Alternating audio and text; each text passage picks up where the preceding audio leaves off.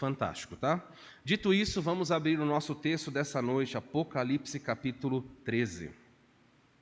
Apocalipse 13, vamos olhar um pouquinho mais a respeito das verdades, as quais nós já temos nos debruçado durante um tempo. Hoje eu queria falar sobre um outro personagem. O livro de Apocalipse é um livro fantástico, vasto. Irmãos, eu confesso para vocês que eu gostaria de me debruçar sobre o livro e poder passar por ele, palavra por palavra, fazendo todas as correlações possíveis. Ia ser demorado, muito mais demorado do que nós temos feito, mas talvez muito mais proveitoso, porque tem muitas correlações. Então, eu peço para os irmãos licença para entenderem que nós não conseguimos olhar cada detalhe do texto. Demoraria bastante. Mas a Bíblia fala de alguns personagens. E o livro de Apocalipse, especificamente, ele apresenta personagens centrais. O resto das pessoas são coadjuvantes. Então, nós temos a pessoa de Jesus como personagem principal desse livro. O livro foi escrito para mostrar Jesus como o juiz vitorioso. Ele veio há 2000 anos atrás como um bebê humilde, e ele volta como um juiz vitorioso. Por isso o livro começa e Jesus aparece para João. João tem uma visão quando ele está na ilha de Patmos, e ele vê Jesus com vestes reluzentes, cabelo branco, olhos como de fogo, uma espada afiada na sua boca, muito poder, pés de bronze. Nós já vimos toda essa figura, o que significa, mas é para mostrar, Jesus não é mais um bebê. Jesus não é mais um frágil ser humano. Jesus é o juiz vitorioso. E o livro de Apocalipse é escrito para mostrar os juízos que este juiz derrama sobre a terra. Logo depois desse personagem chamado o Senhor Jesus, nós veremos outros personagens principais. A Bíblia narra de 144 mil testemunhas, missionários que vão sair mundo afora naquele período. Visto que a igreja não está na terra, Deus vai levantar novos missionários e vai enviá-los.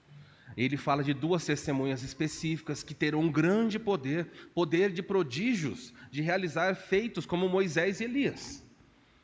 Mas, depois de mostrar esses personagens bons, Jesus, suas testemunhas e as 2 testemunhas também, começa então a mostrar os personagens perversos. Vimos o surgimento do anticristo, esse líder político, poderoso, um líder sem igual. O mundo nunca viu e nunca mais verá alguém nessa esfera, tirando a pessoa de Cristo, tá bom? Nunca verá um líder como ele. Altamente habilitado, poderoso, convincente. Ele não vem sozinho. Enquanto ele é um líder político, ele precisa de alguém que o apoie numa outra esfera, nessa dobradinha, nessa dupla. Assim como existiram 2 testemunhas, novamente agora você virá um outro personagem surgindo. E eu queria falar sobre a besta que surge da terra. O anticristo é chamado no livro de Apocalipse de a besta que surge do mar. Ele fala, eu olhei para o mar e vi uma besta surgindo, subindo do mar. Agora eu quero falar de uma besta que subiu da terra. Então é um outro personagem que vem agora complementar e fechar o que muitas vezes é conhecido como a trindade satânica, tá bom? Uma espécie de imitação da pessoa do nosso Deus. Nós temos Deus Pai, Filho e Espírito Santo. No livro de Apocalipse você tem o dragão, que é Satanás, você tem o anticristo e você tem o chamado falso profeta. Esses personagens, tirando Satanás, que não será um humano, o anticristo e o falso profeta são seres humanos que vêm aí ao futuro, virão para este mundo. Deixa eu falar sobre o falso profeta. Vamos ver aí então, o texto diz, estou lendo aqui, virei as páginas e não abri na Bíblia. Apocalipse capítulo 13. Sugiro que você vai lendo na sua casa, vai riscando na sua Bíblia e que Deus te ajude pouco a pouco a compreender melhor. Diz assim, Apocalipse 13, 11. Vi ainda outra besta, com ênfase nisso, uma nova. Vi ainda outra besta emergir da terra. Ela possuía 2 chifres, parecendo cordeiro, mas falava como dragão. Exerce toda a autoridade da primeira besta na sua presença, e faz com que a terra e os seus habitantes adorem a primeira besta, cuja ferida mortal foi curada. Também opera grandes sinais, de maneira que até fogo do céu faz descer diante dos homens. É até aí onde eu vou. Vamos olhar para esse texto e tentar entender as verdades aí. A mensagem central do texto dessa noite é essa. A lição que você deve guardar. A essência é mais importante que a aparência. Uma coisa simples, não é difícil guardar. Aquilo que está dentro é mais importante do que aquilo que está fora. Aquilo que você não vê é mais importante do que aquilo que você observa. Então, é o que o texto vai mostrar e vai provocar o leitor a prestar atenção em algo interessante. Veja aí o que nós vamos ver nessa noite. O objetivo da mensagem é mostrar o perigo de ser levado pelas aparências. Nós, seres humanos, todos nós, sem exceção aqui, eu e você, nós temos muito problema com a aparência. Os nossos olhos nos mostram coisas. Ao longo da história, os grandes pecados são provocados, são iniciados por meio da visão. Jesus disse assim: se os seus olhos forem trevas, que grandes trevas serão. Se os seus olhos forem maus, se os seus olhos observarem o que é errado, que grandes trevas serão, porque é por meio deles que a destruição vem. Olha lá para o Éden. Quando estava no Éden, o texto bíblico fala: não comereis da árvore que está no meio do jardim. Ok? Aí o texto vai mais adiante e fala assim: vendo Eva, viu a palavrinha que aparece? Vendo Eva que a árvore era agradável, que era bonita, ela tomou. Mas como começou? Ela viu. E ela falou: isso é muito bom. E se você passar por toda a história, você vai descobrir. O rei Davi, certa vez, o texto fala: vindo o tempo de guerra em que os reis iam lutar. O que significa isso? Os reis não podiam guerrear quando eles queriam. Principalmente na época do Oriente Médio Antigo, 1000 anos antes de Cristo, para ir para a guerra não podia ser em tempo de neve, porque era cavalo, tal. Então, existia uma época no ano, eles já sabiam que vai ter guerra. Começava a vir a primavera, uma fase que dá para enfrentar guerra. Então, vindo um tempo em que os reis saíam para a guerra, o povo de Israel foi lutar, e Davi ficou no seu palácio. Davi deveria ter ido junto como rei, mas ele ficou no palácio. E passeando pelo palácio, o texto fala assim: viu uma mulher se banhando. Então, a sedução dos olhos. O livro de Provérbios fala assim: olha, não olhe para o vinho, não fique olhando para o vinho no copo, porque ao final ele morde como uma serpente. Ele fala: cuidado com os seus olhos, eles realmente são bênção, é muito bom ver, mas os seus olhos são o principal canal por onde o pecado leva você. Pessoas vão se endividar. Já ouviram a expressão: uma imagem vale mais do que 1000 palavras? Por que isso acontece? Você está assistindo a televisão. Eu, na minha época, quando estudava o curso universitário, eu tenho formação em administração de empresas também, e numa das aulas chamada TGA, Teoria Geral da Administração, nós olhávamos comerciais.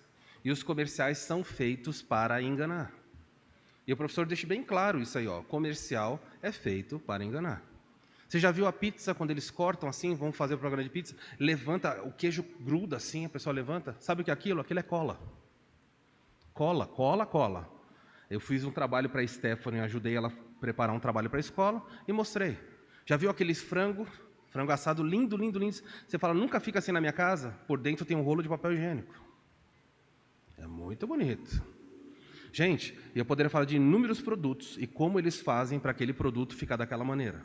A coloração do frango, você fala: que bonito, sabe o que é? Graxa de sapato.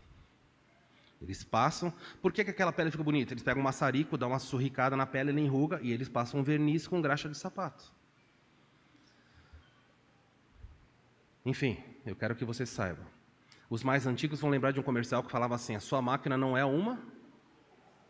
Como é que é? Não é uma? Por quê? Porque alguém disse para você, e aí mostrava lá a Brastemp, a sua máquina não é a Brastemp, promovendo descontentamento. E você olhava para a sua máquina, Electrolux, Consul, sei lá o que era, e falava: realmente não é a Brastemp. A máquina estava boa, mas agora você olhava para ela com maus olhos. Nós somos assim. Passa um comercial de sofá e a Casa Bahia falava: quer pagar quanto? E aí mostrava aquele sofá lindo. E mostrava lá, você olha para o seu sofá, ele está todo caidinho, afundado. Nem o cachorro respeita, se chegar lá, ele está em cima do sofá, deitado, está tudo. Aí você fala, vou trocar. Você vai lá e troca, porque os seus olhos dizem, agora sim, eu tenho um carro novo, um sofá novo, um tapete novo. Nós somos seduzidos pelos olhos. E o diabo sabe muito bem o que é isso. Na área moral, acontece da mesma forma. Por que as pessoas, quando querem provocar para levar alguém para o adultério, porque elas se vestem de forma sedutora? É porque os olhos farão o seu papel de levar alguém a tropeçar. Dito isso, eu queria que você tomasse muito cuidado, porque esse texto faz um alerta.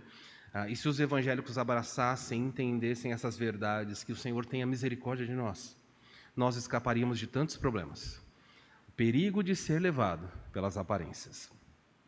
Vamos ver aí, eu disse para vocês, o anticristo surgiu aqui, a igreja já foi levada ao céu, não está aqui. Estou falando de algo que vai acontecer no período da frente. O anticristo surge, chamado em Daniel como o chifre pequeno, surge de um país insignificante, de forma insignificante, então ele não procure ele em grandes países, ele não tem destaque, ele surge pequeno e cresce. Então, quando chega na metade da tribulação, ele passa de um chifre pequeno para um grande líder político mundial. Porém, o texto de Apocalipse vem e diz para nós assim, vi ainda outra besta. Então, se é outra, o que acontece? Ele vai mencionar ela, então agora vai surgir apoio para ele, um líder religioso, porque ele é um político, ele vai conquistar as nações por meio da diplomacia, mas enquanto ele conquista por meio da diplomacia, enquanto ele conquista pelo convencimento de certa forma militar também, ele precisa de um poder que ele não quer ir nessa direção. Ele precisa de alguém na área religiosa, que conduz as nações, fazendo com que as nações acreditem que ele de fato é o Messias prometido. Ele precisa de alguém que aponte e fala, gente, ele não é só um político, ele praticamente é Deus. E esse personagem que vai surgir, vai levar o mundo, o texto fala bem claro, seduziu os habitantes da terra, fazendo com que eles adorem a primeira besta. Então esse daqui, que é essa, vi outra, esse personagem, vai seduzir o mundo para que o mundo adore esse. Então esse é o cenário que nós vamos ver nesse texto. Vamos olhar então, aonde nós vimos lá. O contexto do surgimento do anticristo, do falso profeta, se dá dessa forma. No começo do capítulo 13, fala, o dragão se colocou sobre as areias do mar e olhou para o mar. Então é isso, já falei para vocês. Passamos, não dá tempo de explicar de novo. Ele fala, vi emergir do mar uma besta, e esse é o anticristo, o político. Mencionei para vocês a provável interpretação desse texto, há muitas outras possibilidades, não muitas, mas eu acho que essa é uma possibilidade bem mais plausível de se entender. Fala que o dragão se coloca na areia do mar. Então, se ele está olhando para o mar, e toda a geografia bíblica, norte, sul, leste, oeste, é a partir da Palestina, de Israel, toda vez que você vê norte, sul, leste, oeste, não é a partir do Brasil, é deles. Então, se ele está olhando para o mar, se ele virar para o outro lado aqui, deixa eu voltar um slide, ó. Se ele voltar para cá, não tem mar aqui. Mar só tem para cá. Então, se o dragão está olhando para o mar, o texto está nos sugerindo que o anticristo se levanta do ocidente, e não dessa região, vindo de outro lugar. Então, ao olhar para o mar, nós olhamos que essa região fica para onde o dragão estaria olhando. Basicamente, vai ali abordar grande parte da Europa. Já falei sobre isso. Dessa forma, agora, o texto fala assim, vi uma outra besta, uma surgiu do mar, nações gentílicas. Agora ele fala, vi uma surgindo da terra. Para ser coerente com a interpretação bíblica, se mar são as nações do Ocidente, nós precisamos de alguém que surja da terra, do Oriente. Aí sim, você olhando para cá, se ele olhou para cá é mar, se ele olhar para cá é terra. Então ele está sinalizando para nós que esse outro personagem vai surgir dessa região aqui. E aí nós temos diversos candidatos. Poderíamos apontar para muitos lugares. Você tem lugares muito perigosos aqui. E todos eles com fanatismo religioso. Todos esses países dentro desse círculo aqui são extremamente religiosos. Todos eles têm, alguns deles têm ayatolá, outros têm sheik, outros têm, enfim, cada um deles tem um credo. Você tem o Irã. Será que o falso profeta vem do Irã? Será que o falso profeta vai ser alguém, um religioso iraniano? Seria possível? Será que ele vai ser, aqui seria um persa, né? Será que ele vem da Síria, do Líbano? Será que ele vem da Jordânia? Se você olhar aqui na Jordânia, estão os dois lugares, entre os 3 principais lugares sagrados do mundo. Se você olhar na região aqui que nós chamamos Arábia Saudita, você vai ter 2 dos 3 mais importantes lugares de adoração para o islamismo. Você tem Meca, que é o suprassumo da adoração, o lugar mais sagrado para o muçulmano. Todo muçulmano vivo que pode deve visitar Meca pelo menos uma vez na vida. Depois você tem Medina. E fora esses 2 lugares, você teria então Jerusalém, que eles consideram sagrados. Mas para o mundo islâmico, número 1, o top do mundo é Meca. Fica daqui. Será que o líder, o falso profeta, viria desse lugar? Pois eu gostaria de apontar um outro caminho, um outro candidato. Nós temos aqui também, quem estaria aqui na terra. Será que os judeus são religiosos? Será que os judeus seguiriam um falso profeta iraniano? Vamos pensar um pouquinho. Surge lá um ayatolá e fala: judeus, parem de ser tolos, ele é o Messias. Vocês acham que o judeu aceitaria? Será que quem sabe um libanês? Ou quem sabe alguém, um outro país árabe ali? Não faz sentido dessa perspectiva. Agora, nós temos 3 grandes religiões do mundo, 3. Cristianismo, judaísmo e islamismo. Essas são as 3, tem várias outras, mas essas são as maiores. Se nós temos a promessa de arrebatamento, para o cristão verdadeiro, sobrou 2 na terra. Quem sobrou? Judaísmo e islamismo. Essas 2 ficaram.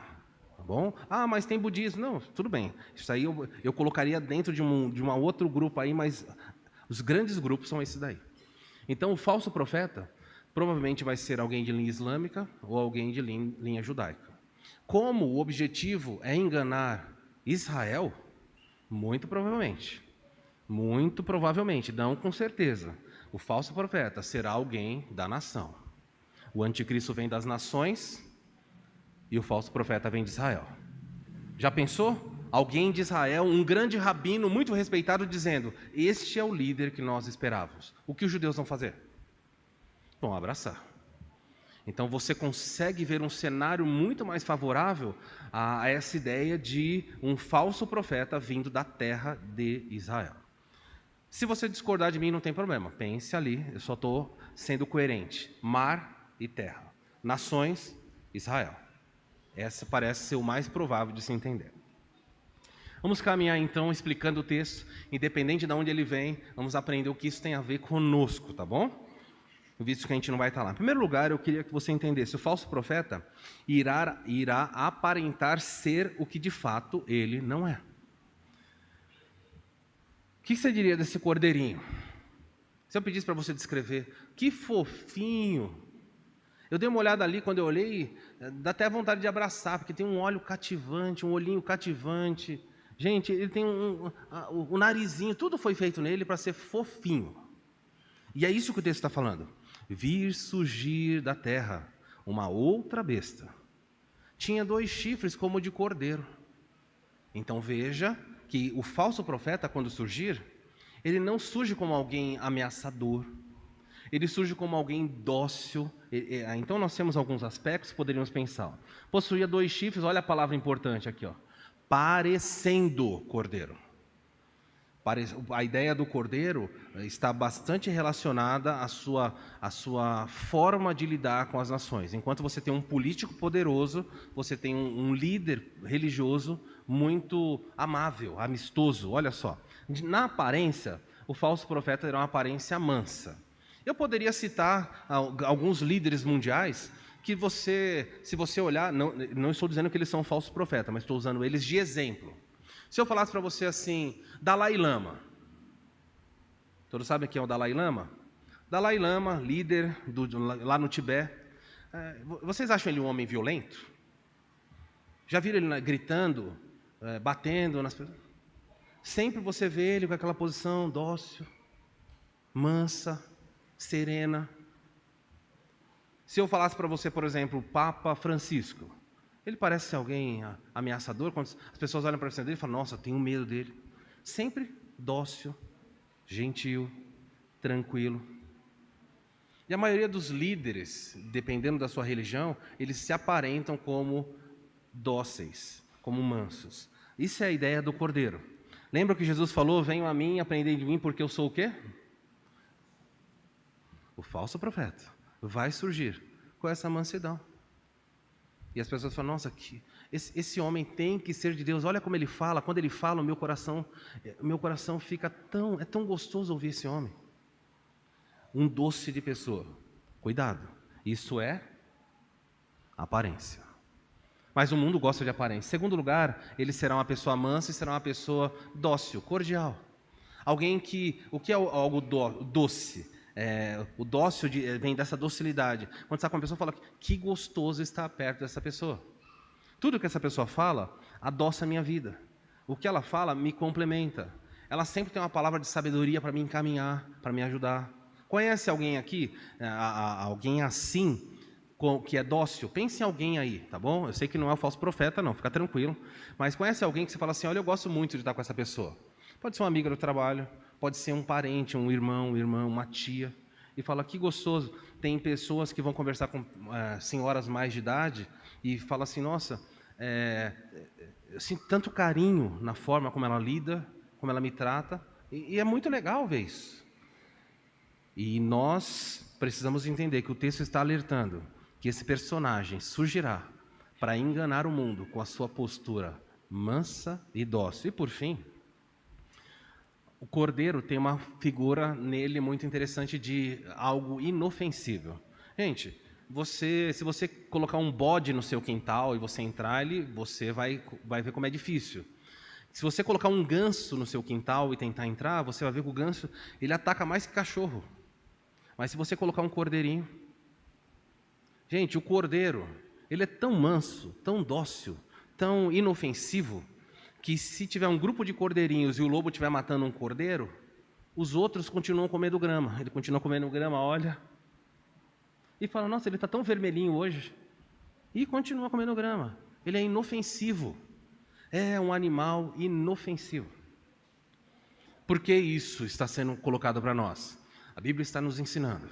Surgirá ainda um homem de fala mansa, aparência dócil e postura totalmente inofensiva. Mas ele parece isso. E aí o texto vem para nós e diz assim: mas fala como o dragão. A Bíblia está alertando as pessoas para ignorarem os seus olhos e atentarem aos seus ouvidos. Dá uma olhadinha para o que diz, antes de falar do falso profeta, o que diz o versículo 9 desse capítulo. Olha aí na sua versão. Apocalipse 13, verso 9. O que diz aí na sua versão? Se alguém tem ouvidos... Por que ele não diz: se alguém tem olhos, veja? Se alguém tem mãos, apalpe, toque? Mas ele fala: se alguém tem ouvidos, ouça. E na sequência ele fala: surgiu alguém com uma fala, com uma aparência mansa, mas fala dessa forma. Quem tem ouvidos, ouça. Irmãos, nós nos livraríamos de muitos problemas e o povo do futuro se livraria se eles fechassem os olhos. Se essa dinâmica fosse aplicada à vida, fechar os olhos, não é o tempo inteiro, tá bom? Mas fechar os olhos e ouvir mais, quantas pessoas viveriam melhor? Quantas pessoas, na época de namoro, moças, pastor, aquele rapaz é lindo, o cabelo dele, a altura dele, não sei o quê. Você ouve ele? Você ouve o que ele fala? Quando você fala sobre o futuro, o que ele pensa? Eu quero ter uma família grande, não sei o quê. E aí ele fala: não, eu estou priorizando a minha carreira, eu não quero ter filhos. Você está ouvindo a pessoa, pensando aqui no contexto dos que são solteiros, você ouve o que a outra pessoa fala?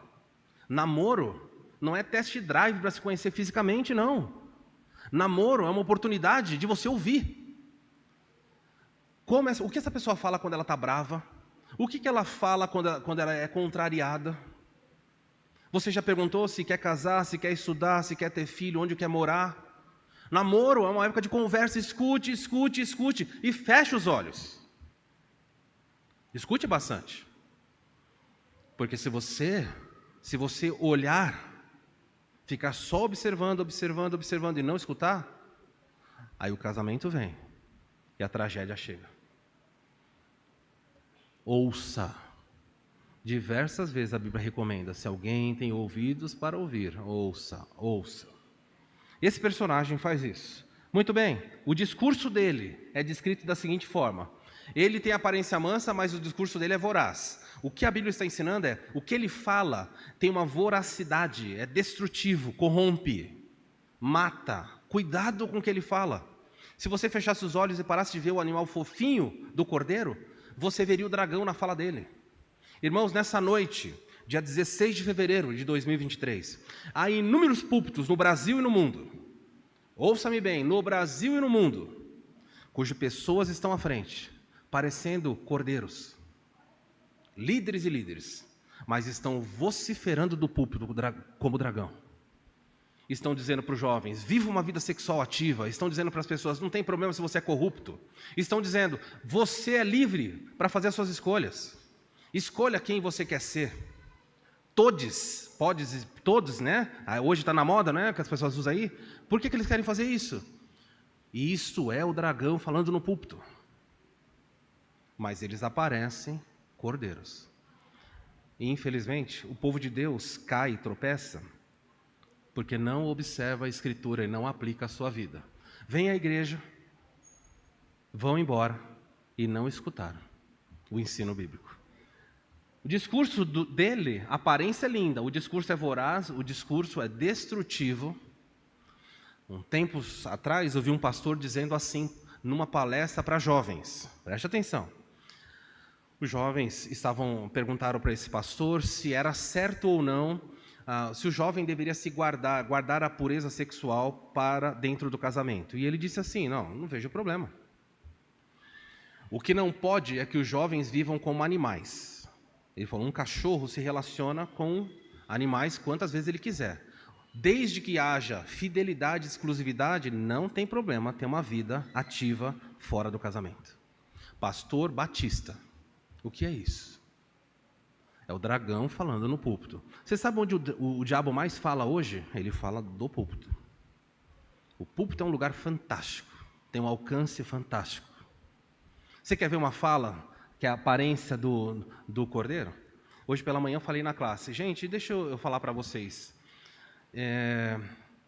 Isso que eu vou falar é errado, hein? Por favor, quem vai assistir, quem está ouvindo aqui tem que avisar. Isso é errado, mas vou fazer o papel deles. Queridos, vocês estão aqui, eu quero dizer para vocês que vocês são especiais para Deus. Vocês são a menina dos olhos de Deus. Deus não vive sem vocês. Esse é o ano da promessa, da restituição. Tudo aquilo que foi roubado de você, Deus vai dar, boa medida, recalcada e sacudida. Ele vai multiplicar o que você tem. Esse é um ano de vitória, o ano de Pedro, o ano apostólico, o ano isso, aquilo e tal.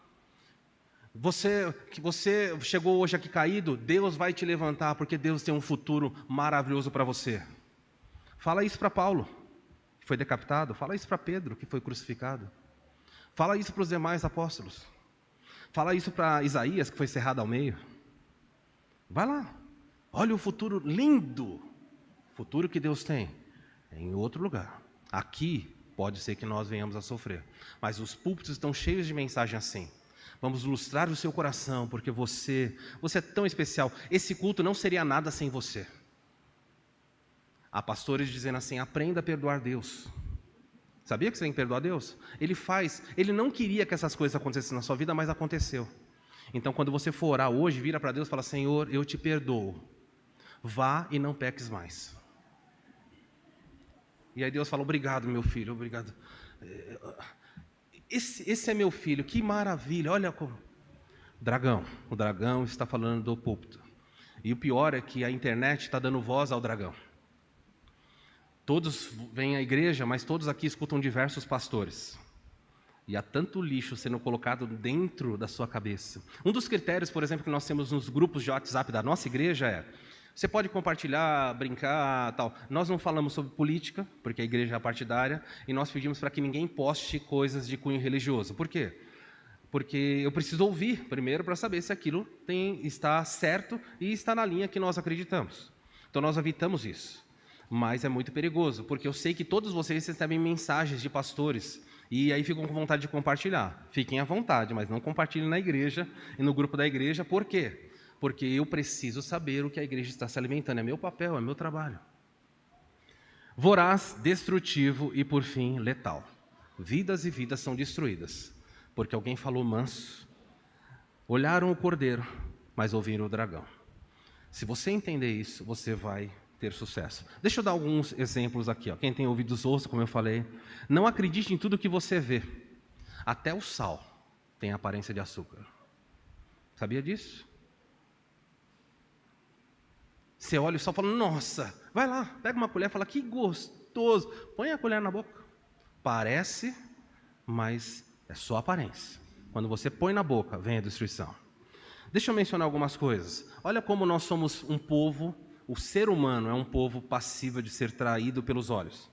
Quando o livro de Provérbios aponta um ensino, ele fala, há caminho que ao homem parece, olha de aparência. Há caminhos que ao homem parece direito, mas ao fim deles são caminhos de morte. Eu estou cansado como pastor de falar, não vai nesse caminho, está errado. A pessoa falou, mas pastor, está tudo certinho, tudo está parecendo dar certo. Tudo está parecendo. Pode parecer direito para você, mas o final lá é morte. Ah não, mas vai dar certo. Ok. Eu estou à beira da estrada, como pastor, alertando, não vá nesse caminho, é perigoso. Não, pastor, fica tranquilo, lá na frente tem um abismo. Não, pastor, olha a estrada, perfeito, olha que dinho maravilhoso. O abismo está lá, mas parece certo. Olha, eu gosto muito dessa frase aqui. Prenda isso aqui. Como não é possível tornar o inferno atraente, então o diabo torna atraente o caminho que leva até lá. Entenderam isso? Não dá para convencer ninguém que o inferno é legal, gente. Eu não posso fazer ele ser atraente. Então o que eu faço? Eu enfeito o caminho. É um caminho pavimentado, legal, sempre festivo, alegre, mas o final dele é morte. Você que está aqui hoje, você que me escuta na internet, você pode escolher o caminho, mas você não pode mudar o destino. Tem pessoas que estão indo num caminho e querem chegar em outro. Lamento, você não pode fazer isso. Se você entrar num avião que está indo até Brasília, você entrou de forma equivocada. Eu já vi inúmeros relatos assim, a pessoa estava no voo. O avião está taxiando para levantar e o piloto fala assim, atenção senhores passageiros, nós teremos uma boa viagem em direção a Brasília. A pessoa falou, como assim? Eu queria ir para Belo Horizonte. Para o avião. Negativo. Sabe para onde a pessoa vai? E se a pessoa, foi avisado antes, e se a pessoa entrou no avião e ela acredita de fato que ela vai para Belo Horizonte? Já que a fé move montanhas, não é? Um avião é mais fácil. Ela está no voo escrevendo, pessoal, estou chegando, me espera aí no aeroporto. Ela tem fé de que vai descer em Belo Horizonte, mas sabe para onde o avião está indo? Brasília. A sua fé não muda as consequências das escolhas que você está fazendo aqui. Tem gente que faz coisa errada e fala, não, eu tenho fé, vai mudar. Não vai não, não vai. Aprenda isso. Outra coisa aí, veja quando Samuel foi escolher o rei para Israel. O Senhor, contudo, disse a Samuel, Samuel chamou Jessé e falou, Jessé, manda vir os seus filhos. Deus falou, entre os filhos dele tem alguém. E aí aparece, gente, os filhos de Davi, os irmãos de Davi eram gente especial. E aí começa a entrar Eleazar. Samuel olha para um deles e fala assim, certamente é esse. Preconceituoso Samuel, não é? Bateu o olho e falou, esse é o rei. Olha só, tem aparência de rei. Alguns aqui, eu não sei se você seria escolhido por aparência de realeza. Você tem aparência de realeza? Sei que alguns pensam, não, eu pareço o rei. Ó. Deixa, vamos parar aqui. Pensa só o seguinte.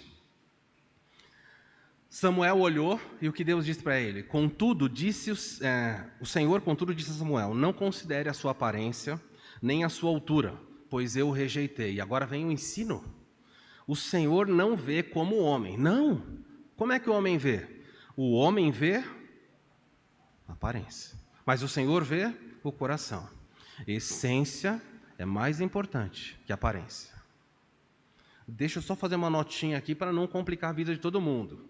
Ah, então, pastor, se um dia eu for entrar no relacionamento, eu tenho que olhar a essência e não olhar para a aparência. Alguns diziam que beleza não se põe na mesa, né? Diziam isso aí. Não, não é isso que eu estou ensinando. Olhe para a aparência também. Porque você vai conviver com essa aparência, com esse outro ser humano. Eu ia falar criatura, alguém ia ficar bravo. Você vai conviver com essa criatura até o final. Então a aparência tem que ser ao menos alguma coisa que para você faça sentido. Se você fala assim, eu gosto de pessoas orientais, não vai casar com um ruivo, ok? Faz sentido isso para você? A aparência também é importante, mas se você colocar entre aparência e essência, a essência é mais importante. Valorize isso aqui. Se você for comprar um carro, é mais importante a lataria ou o motor e câmbio? Se você resolver essa questão aí, tá tudo certo. Vai lá, a pessoa fala para você, esse carro aqui, tá vendo? Tá lavado, pretinho no pneu, tá lindo. O motor tá quase fundindo, mas fica tranquilo que tá tudo certo. Você leva? Não, você não leva, porque tem algo lá dentro, que é mais importante do que a estética. Aprenda, em todas as áreas, esse ensinamento vai. Olha aqui. Então, eu quero que você aprenda. A primeira coisa que eu falei, a primeira lição é, o anticristo vai parecer algo que de fato ele não é. E o mundo vai segui-lo. Por quê? Porque seres humanos são seduzidos pela aparência. Felizmente, a Bíblia está contando, vai acontecer. Segunda coisa é que o falso profeta não irá trabalhar para conduzir pessoas a si mesmo. Gente, isso aqui é muito estranho. Todo falso profeta que surge, ele tenta seduzir pessoas para atrair a si, para levar após si. Esse não. Esse seduz pessoas para apontar um outro caminho. Ele seduz pessoas, olha como o texto diz aí, na sua Bíblia. No versículo 12, faz assim, a parte final do versículo. Faz com que a terra e os seus habitantes adorem a primeira besta. É um falso mestre que não quer seguidores. É um falso mestre que quer desviar pessoas do caminho certo. É isso que ele quer fazer. Então veja, ele faz com que a terra adore a primeira besta. Então ele não quer que as pessoas se curvem para ele. Ele quer que essas pessoas se curvem para o líder político. O papel dele é fazer com que o mundo adore o anticristo. E os líderes, os falsos profetas de hoje não são assim. Eles enganam pessoas para terem seguidores. Esse personagem é diferente. Ele fala, não precisa me seguir. O que torna mais atraente. As pessoas veem, nós te amamos. Não, eu não. Ele que é importante. Lembra de algum personagem bíblico que fez isso? João Batista. Eu já disse para vocês, eu não sou o Messias. Vem alguém após mim, mas eu vim aqui preparar o caminho para ele. Quando vieram João, aquele que você batizou está lá embaixo com seus discípulos batizando. João falou, olha, eu já disse para vocês, quem tem a noiva é o noivo. O amigo do noivo fica feliz ao ver a noiva não lhe pertence. Entenderam o que João falou? Por que vocês estão bravos? Eu sou só o amigo do noivo, eu não sou o noivo. É ele, sigam a ele. João Batista diz, eis o Cordeiro de Deus que tira o pecado do mundo. Ele apontou alguém. Então você está vendo aqui uma imitação de alguém que surge para falar, aquele é o caminho. Porém, com uma diferença. João tirou a atenção de si para encaminhar pessoas para o caminho certo. Esse daqui tira a atenção de si para encaminhar pessoas para o caminho da destruição. Deixa eu mencionar alguma coisa. Como é que ele faz isso? Como é que ele faz pessoas adorarem o anticristo? Simples, ele vai realizar, o texto bíblico fala assim no versículo 12. Ele exerce toda a autoridade da primeira besta, ou seja, ele vai exercer todo o poder do anticristo, ele tem poder junto com o anticristo e vai exercer a mesma autoridade. Qual é a autoridade do anticristo? O anticristo recebeu a autoridade do dragão para fazer sinais e prodígios. Então ele vai ter o mesmo poder. Veja só, olha o que diz 2 Tessalonicenses, capítulo 2, verso 3. Quando fala do anticristo, e junto vai estar o falso profeta, este homem virá a realizar o trabalho de Satanás, com poder, sinais e falsas maravilhas. Então vão ter milagres reais e vão ter coisas que são só para seduzir. E com todo tipo de mentira perversa para enganar os que estão caminhando para a destruição, pois se recusam a amar e aceitar a verdade. Quando esse líder surgir, ele vai agir com o poder do diabo e vai seduzir o mundo porque ele vai fazer milagres. Alguns são verdadeiros e outros são falsos. Muitas pessoas não conseguem entrar isso na cabeça. O diabo e os demônios, eles têm poder de realizar prodígios. Não é só Deus que faz milagres. O nosso tempo, como eu falei, não deixa eu fazer correlações. Vocês lembram do Êxodo? Vai lá, Moisés, quando você chegar, pega o seu cajado e joga no chão. Moisés jogou no chão. Ele jogou no chão, o texto fala assim: vieram os magos do Egito e jogaram o seu cajado no chão e os cajados viraram 2 serpentes. Como assim? Como é que aqueles homens fizeram madeira virar cobras? O poder maligno também tem poder de fazer prodígios. Eles fizeram o Nilo virar sangue. Os magos do Egito também reproduziram um milagre. Gente, é extraordinário isso. Fez água virar sangue. Arão estendeu a mão sobre o Nilo e saíram rãs. Os magos do Egito estenderam a mão e também saíram rãs. Vai até um ponto esses 10 prodígios de Deus, os magos vão reproduzindo até que chega um ponto e falam, eles não conseguem mais. Então mostra que o poder maligno tem poder de agir, mas ele não é ilimitado. Depois você lê lá até que milagre foi para você entender como Deus é mais poderoso. Interessante que no final de tudo, uma das últimas pragas é que Deus manda trevas sobre a terra. Ele falou, a terra vai ficar em trevas. Uma treva tão densa que poderia ser tocada. Uma coisa bem estranha. E os magos do Egito não conseguem fazer nada. Sabe quem é o Deus maior no Egito? É um Deus chamado Ra, o Deus Sol. Deus falou, ele é poderoso? Então manda trevas. E Deus colocou trevas e falou, peça para o Deus Sol brilhar nessas trevas. Eles tinham outro Deus, enfim, depois você entende aí, dos mortos, que ele fala e mata o filho do faraó e fala, pede para ele levantar. Quem tem todo o poder? Deus. Mas os demônios também têm poder. Muitos dos milagres que acontecem em algumas igrejas, muitos dos milagres que você ouve por aí, são milagres produzidos pelo diabo também. A pessoa que recebeu a bênção de ser curada, ela se importa de onde vem? Ela fala, olha, eu não sei de onde vem, eu sei que eu era cego, mas agora eu estou vendo, então vou seguir a vida. Estão erradas, mas o diabo e seus demônios têm poder. Olha outro texto aqui. Qual é o teste dos profetas? O falso profeta vai surgir com poder. Como se testar um profeta? Hoje pela manhã, o Mateus, acho que fez a pergunta para mim. Não, Mateus não. O Anderson falou sobre profeta. Me misturei aqui. O Mateus fez outra pergunta. O Anderson, que estava na classe do Novo Testamento, perguntou para mim sobre profetas hoje. Se existiam profetas hoje. Eu disse não. 0 profetas. Não existe nenhum profeta. Nenhum.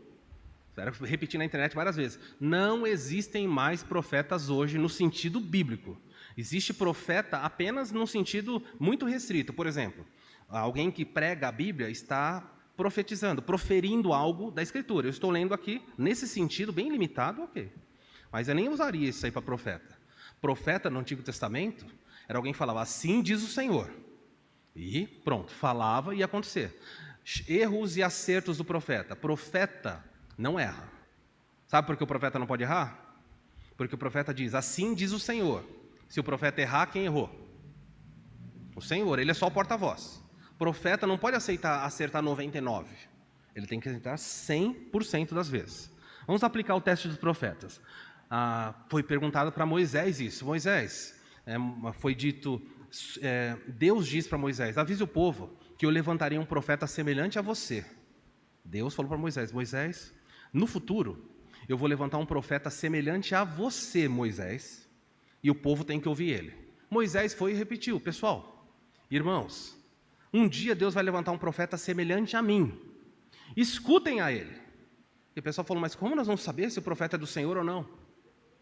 Está aí o teste. Mas o profeta que tiver a presunção de falar em meu nome algo que eu não lhe ordenei, ou que falar em meu nome de outros deuses, será morto. Olha só, guarda aí, primeira coisa, o profeta falou, e não é de Deus, ele deveria ser sentenciado à morte. Isso ia resolver muito profecia hoje nas igrejas brasileiras, hein? Está aqui, falou, não é morte. Continua. Talvez vocês perguntem, e como saberemos se a profecia vem ou não do Senhor? Aí Moisés diz para ele assim, se o profeta falar em meu nome, se o profeta falar em nome do Senhor, mas as suas previsões não se cumprirem, vocês saberão que a mensagem dele não vem do Senhor. Esse profeta presumiu arrogantemente que falava em meu nome e vocês não precisam temê-lo. Essa é a razão, por exemplo, porque eu não sou adventista. Profetiza deles, Ellen White, 1843, 1844, eles profetizaram a volta de Jesus. Jesus voltou? Profeta que falar que é meu e falar no meu nome e não se cumprir, não temam a ele. Então, qualquer adventista, se pegar esse texto aqui e aplicar, vai sumir do adventismo. Está errado. Se você pegar, porque eu não sou testemunha de Jeová, base bíblica para não ser testemunha de Jeová. Charles T. Russell, fundador da Testemunha de Jeová, disse o seguinte, que a geração de 1914 não passaria, não morreria sem que houvesse a volta do Senhor. Você conhece alguém vivo da geração de 1914? Isso é tão perigoso que eles tiveram que mudar na revistinha Sentinela, que era uma torre de vigia, uma sociedade deles lá, tinha uma revista chamada Sentinela. E eu tinha revistas para estudar. E na capa da revista estava lá, a geração de 1914 não vai morrer. Tal. E começou a morrer. Na década de 1990 e pouco, eles mudaram a revista e tiraram a frase da capa e mudaram. E um testemunho de Jeová veio me evangelizar. Eu falei, mas isso daqui? Daí ele mostrou, não tem. Eu falei, não, mas eu tenho as antigas, senta aqui, vamos ver. Profeta que falar no meu nome não se cumprir, não temam a ele. Esse versículo chuta um monte de heresia para fora da sua vida. E chuta também você para fora de muita tolice. Os evangélicos por aí, estão nas igrejas hoje, a pessoa fala assim, eu tenho uma profecia do Senhor para você. Essa semana vai acontecer isso, isso e aquilo. Aí não acontece, a pessoa diz para o ouvinte, não aconteceu porque você não teve? O texto fala disso? O profeta que falar no meu nome tem que acontecer. Tem. Eu adoraria, falei até por antes. Como eu gostaria que tivesse profetas. Eu gostaria de ter um profeta na nossa igreja. Eu tenho que tomar tantas decisões. Eu ia falar, devo fazer isso ou aquilo? Ele fala, assim diz o Senhor, faz isso. Eu falo, obrigado. Gente, a gente não ia errar mais. Eu ia prender ele aqui na cela, não deixar ele de jeito nenhum sumir, para consultar o oráculo do Senhor pela boca dele. Profetas, Efésios 2, 22. São um período formativo da igreja. Depois que a igreja foi formada, os profetas deixaram de existir. Muito bem. Se o profeta falar e não acontecer, não tema. A pergunta é, e se o profeta falar e acontecer? Aí então, e se o profeta falar e acertar no que falou? Porque o texto falou, se o profeta falar e errar, você sabe que não é de Deus. E se ele falar e acertar? Aí se torna um pouquinho mais difícil. Mas a Bíblia tem resposta para isso? Tem. Não significa que a pessoa acertou, ela é de Deus. Vocês sabiam que um relógio quebrado marca a hora também certa 2 vezes ao dia? Está lá, quebradinho. 2 vezes no dia ele marca certinho para você. Fala, olha que beleza, ele está certo? Não, ele não está funcionando. Olha o que diz Deuteronômio 13. Surgirão entre vocês profetas e pessoas que têm sonhos sobre o futuro.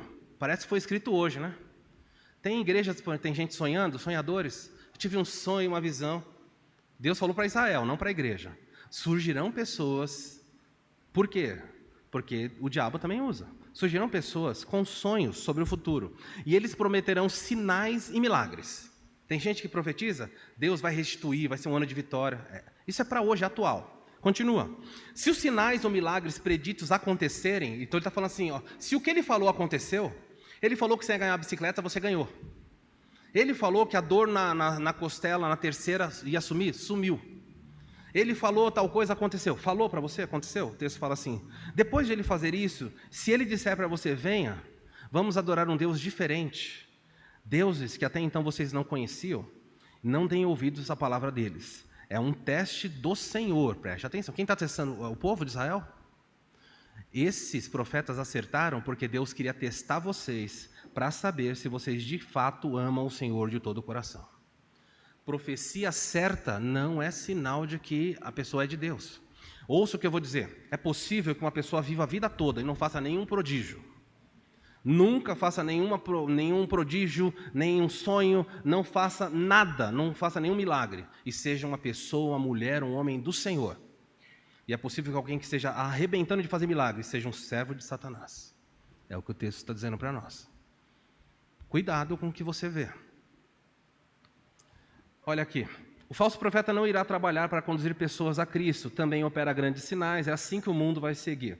Deixa eu fazer só uma digressão rapidinho. Se hoje o anticristo, a igreja não vai estar aqui. Mas vamos supor que a igreja estivesse, o anticristo surgisse hoje. 16 de fevereiro de 2023, apareceu o falso profeta e o anticristo.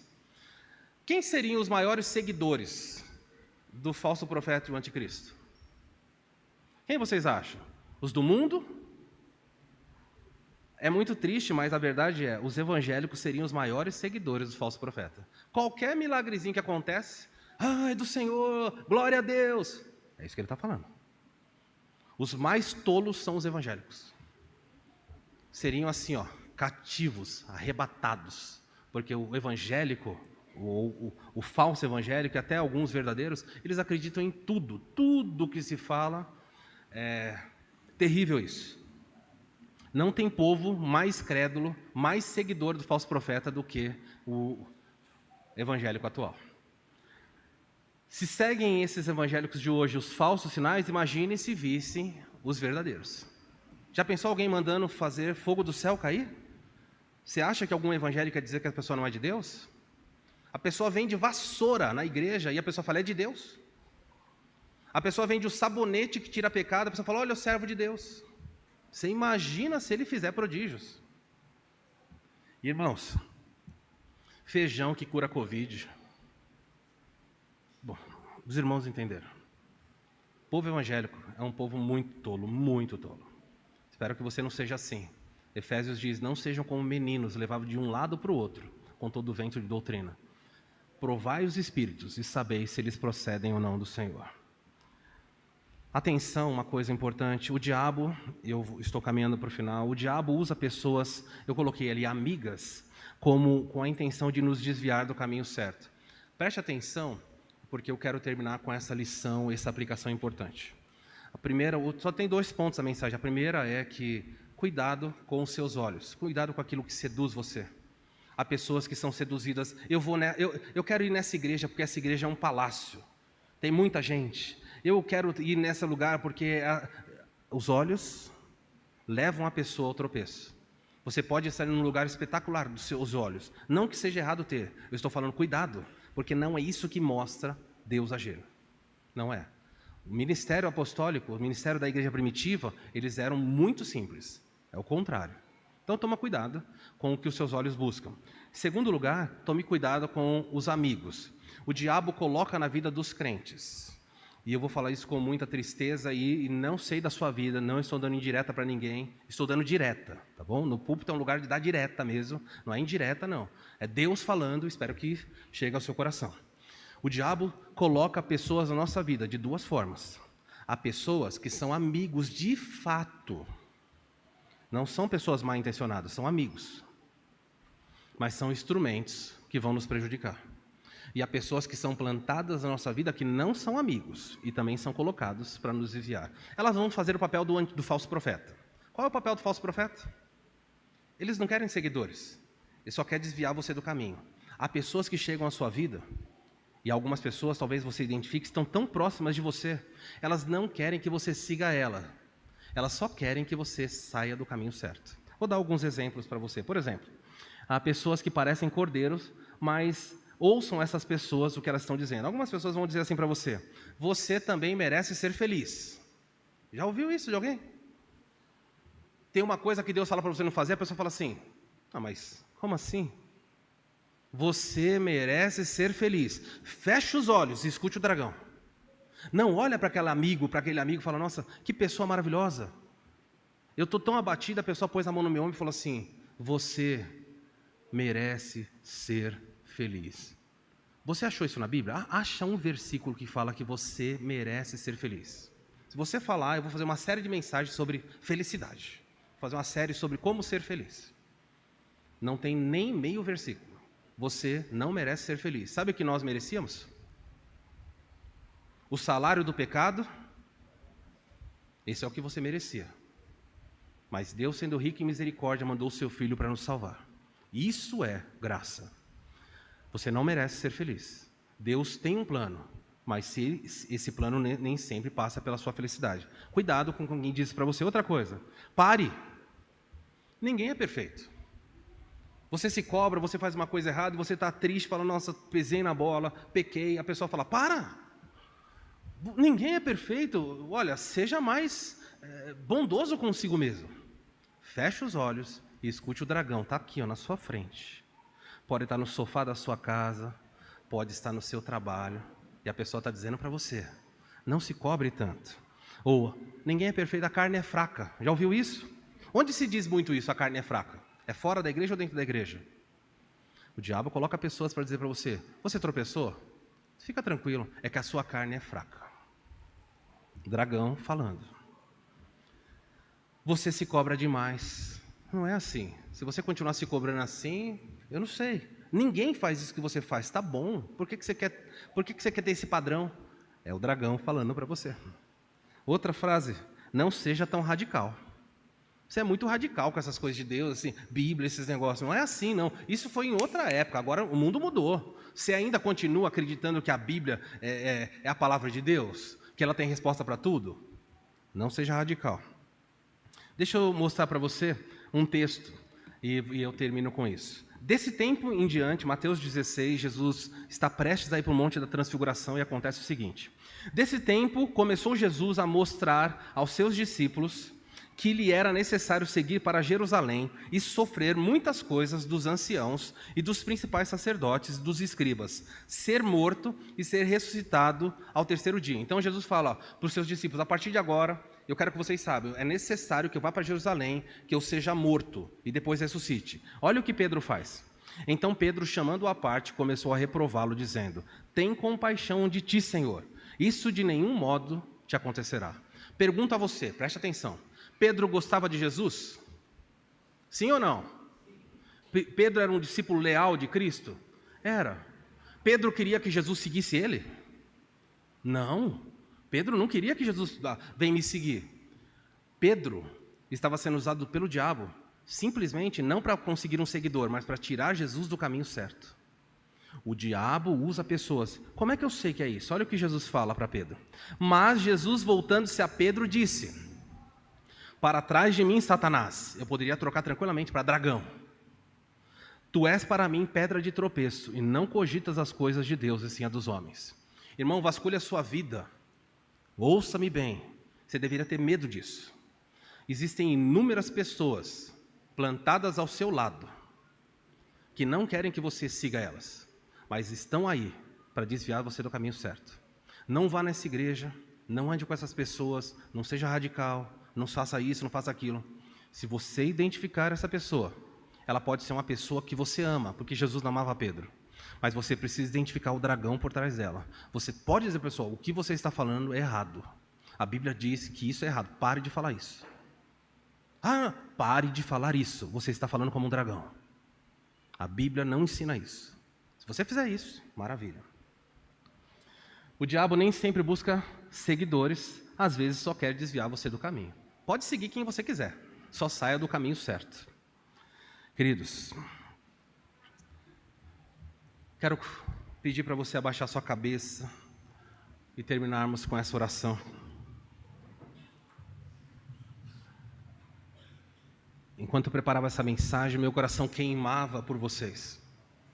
E a maior súplica que o crente tem que fazer, o maior pedido que você pode fazer para ele é: Senhor, me guarde.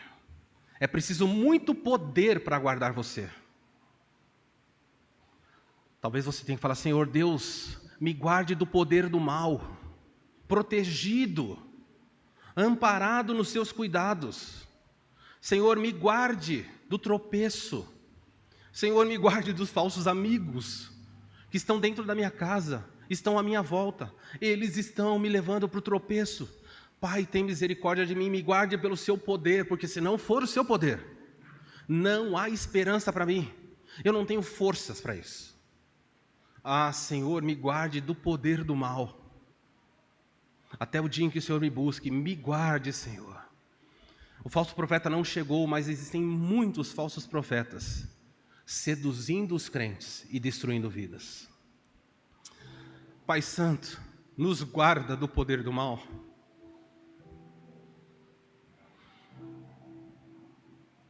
Se os crentes aprenderem a orar assim, Senhor, quantos livramentos. É muito triste, Senhor, olhar para o seu rebanho e ver vários praticamente devorados pelo mal. Abandonam o caminho certo porque olharam para os amigos e deram ouvidos ao dragão. Foram seduzidos pela aparência, pela beleza, pela majestade disso ou daquilo, e foram no caminho errado. Certamente eram caminhos que pareciam corretos e direitos, mas o final deles trouxeram destruição para o casamento, para os filhos, pelo seu poder e pelo seu amor. nos proteja, Senhor. Não há outra palavra para pedir nessa noite. Nos guarda do poder do mal. Eu oro em nome de Jesus. Amém. Quero convidar você a ficar